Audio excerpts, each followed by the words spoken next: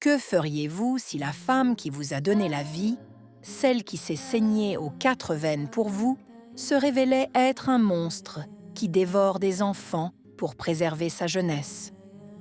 C'est le dilemme qui déchire une fille aînée aujourd'hui. Elle a grandi en idolâtrant sa mère, une femme courageuse qui a lutté contre une misère noire pour nourrir ses enfants, au point de devoir parfois mendier pour un peu de riz blanc. Son amour pour cette mère héroïque était inconditionnel.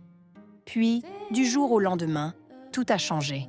Après une rencontre avec une femme mystérieuse, la pauvreté a laissé place à une richesse insolente. Leur vie est devenue un rêve.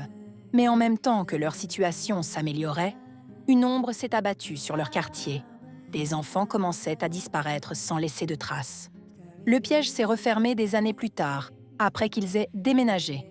Une voisine a confié son enfant à sa mère pour quelques instants. Et l'enfant s'est volatilisé. Accusée, harcelée, la mère a été traînée de force devant une prophétesse pour prouver son innocence. Et là, l'horreur a éclaté aux yeux de tous.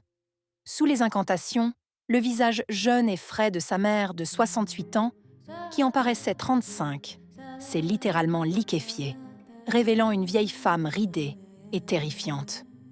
Puis, la confession est tombée, plus glaçante que la mort. Elle a avoué être la cause de toutes les disparitions.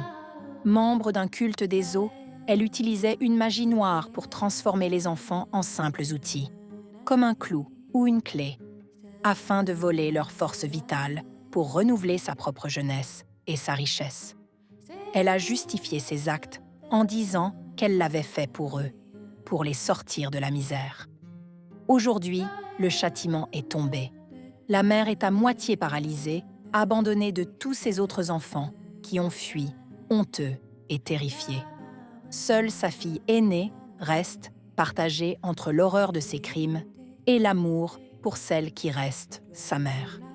La communauté la rejette, la traitant de complice, mais elle est incapable de laisser sa mère impotente, même si elle sait qu'elle a commis l'impensable.